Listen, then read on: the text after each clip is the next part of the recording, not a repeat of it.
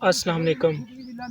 तुसी वेखदे हो कि सोशल मीडिया ते एक तस्वीर बड़ी वायरल हुई है ते ਉਹ ਸਾਰਿਆਂ ਲੋਕਾਂ ਨੂੰ ਪਤਾ ਹੈ, ਸਾਰਿਆਂ ਭਰਾਵਾਂ ਨੂੰ ਪਤਾ ਹੈ, ਹਰ ਬੰਦਾ ਤਕਰੀਬਨ ਇਸਤੇਮਾਲ ਕਰਦਾ ਹੈ ਨੈਟ ਤੇ ਉਹ ਹਰ ਪਾਸੇ ਤਕਰੀਬਨ सोशल मीडिया ते वायरल हुई है ते ਉਹ बड़ा अफसोस लगा ਜਿਹੜਾ फैसलाबाद वाकया होया है ਉਹ लड़के वाला जिन्हों डोर फिरी है ते सुनिया है कि ਜਿਹੜਾ अचानक जिदी मौत आ जाए रास्ते विच ਉਹ शहीद की मौत है।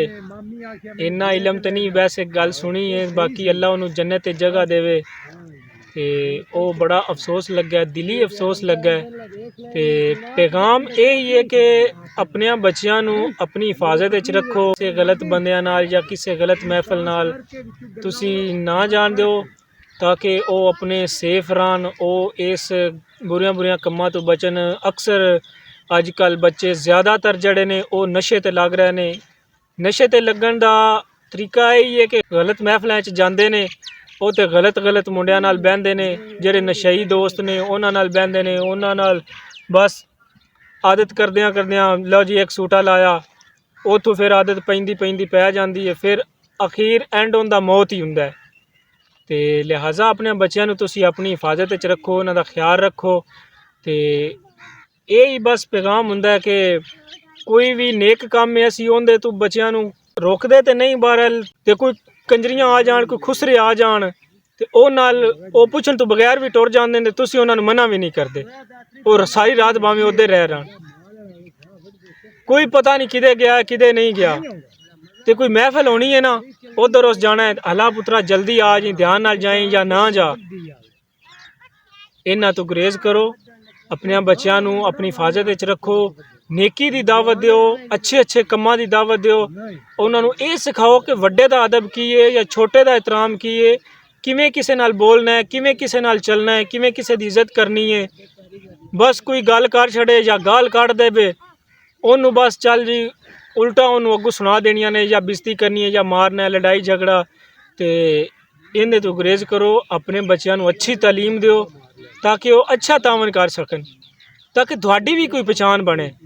बच्चों की वजह तो तुहाडी पहचान बननी है, वो किसी नाल अच्छा वरतनगे, किसी नाल अच्छा करनगे तो तुहाडी इज्जत है, ताकि उन्होंने पता लगे कि माँ प्यो की इन्हें इज्जत की है, माँ प्यो कोलों इन्होंने सीखा है, माँ प्यो इन्हों की तरबियत की है, तां ये अच्छा साडे नाल कर रहे हैं, अच्छा वरत रहे हैं साडे नाल। लिहाजा अपने बच्चों नू अपनी हिफाजत च रखो ताकि ये जेड़े अजकल फितना फसाद हो रहे हैं, लड़ाई झगड़े, यारां पिछे यार ही कतल हुंदे ने, यारां पिछे यार ही मरदे ने। ये बड़ा साडा माशरा एक सैड की तरफ जा रहा है, एक घाटे की तरफ जा रहा है।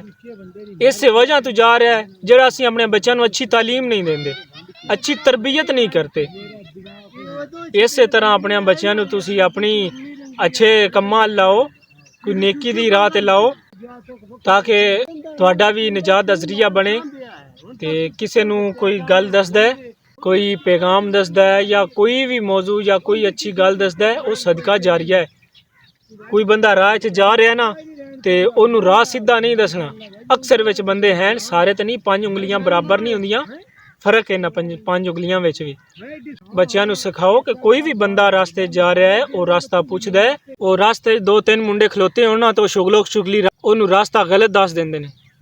यार कित्थों दा इंसाफ है, तुसी तुहाडे कोल उन्हें रास्ता पूछा, तुसी उन्हें सीधा रास्ता दिओ ताकि वह जलील ना होवे। उन्हें पूछा किस तू तुहाडे कोलों, उन्होंने इलम नहीं तां उन्हें पूछा। तो लिहाजा तुसी ये मेहरबानी कीता करो, कोई तुहाडे कोल मशवरा लैंदा है, कोई रास्ता पुछदा है, उन्होंने सीधा दस्या करो।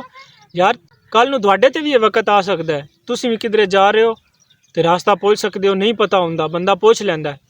तो कल नूं जे तुहानूं भी वो रास्ता गलत दस देवे तो तुहाडे ते की बीते दी यार। तुसी फिर उन्होंने गाली करनियां ने, बुरा भला आखना है, क्यों आखना है? ताकि तुसां वो कीता है तां तुहाडे नाल होया है, लेकिन वो तुहाडे अकल अंदर नहीं आउणी कि कल असां कीता सी अज साडे नाल होया है। लिहाजा अपने बच्चों को तरबियत दिओ, अच्छी तरबियत दिओ। अच्छी तरबियत देण दे नाल नाल बच्चों का भी फायदा है, तुहाडा भी फायदा है। तो अच्छा बंदा उदों ही बनता है जदों अच्छा अगले नूं समझदा है। अगर बंदा आप खुद अच्छा है ना तो अगले नूं अच्छा समझेगा। अगर आप बंदा गलत है तो अगला बंदा भी उन्हें गलत महसूस होगा, गलत लगेगा, उन्हें ही लगेगा ये बड़ा बुरा है। क्योंकि उनका अंदर खुद बुरा होंदा है, इस वजह तो अगले बंदे ਨੂੰ बुरा समझदा है।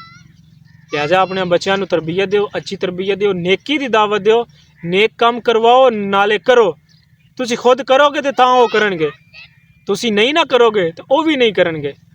तुसी शर्मिंदा होंदियां उन्हां ਨੂੰ आखो दे भी ना कि बच्चा नमाज पढ़ लो, क्योंकि तुसी खुद नहीं पढ़ते। अगर खुद तुसी नेकी करोगे, खुद नमाज पढ़ोगे तो वो बच्चे भी उस पर अमल करनगे। अपने बच्चों ਨੂੰ यार अपनी हिफाजत विच रखो, उन्हां दा ध्यान रखो किदे जांदे ने किदे नहीं जांदे, ताकि कल नूं तुहाडे वास्ते मुश्किलात ना बने। कोई भी रास्ते विच हादसा हो जाता, जिस तरह तुसी पहले सुनिया कि वो मुंडे नाल हादसा होया जिहड़ा फैसलाबाद होया है, जिहदा डोर नाल गला कटिया। अचानक रास्ते विच कोई भी यार हादसा हो जाता है तो अपने बच्चों ਨੂੰ इन्ना को कह दिओ कि जिदे भी जाओ सच बोल के जाओ, ताकि सानू भी इलम होवे कि इधर साडा बच्चा गया है। तो कोई भी रास्ते वाधा घाटा हो सकता है, कोई कॉल आती है या कोई मैसेज आता है, कोई फ़ोन करता है या कोई दसदा है, तो उस साइड वाल बंदा जावे, ना कि दूसरी साइड वाल जावे। लिहाजा अपने बच्चों का ख्याल रखो तो उन्होंने अपनी हिफाजत विच रखो, तो खुद भी अच्छे होवो तो बच्चों भी अच्छा बनाओ, ताकि वो माशरे विच जिहड़ा ना अच्छा उन्हां दा एक नाम निकले। वो तुहाडी वजह तो निकलना, माँ प्यो की वजह तो। माँ प्यो की वजह तो क्यों निकलना है? कोई भी बुरा काम करता है उन्हां लोकां यही आखना कि इनकी तरबियत माँ प्यो की सही नहीं की, इस वजह तो। ताकि अपनी भी पहचान बनाओ, अपने बच्चों की भी पहचान बनाओ, ताकि कल नूं तुहानूं शर्मिंदा ना होना पवे किसी अगे। लिहाजा अज दा साडा यह मौजू खत्म होया, तो फिर असी नवे एक मौजू हाज़र होवांगे। तो हुण तक सानूं इजाज़त दिओ। अल्लाह हाफिज़।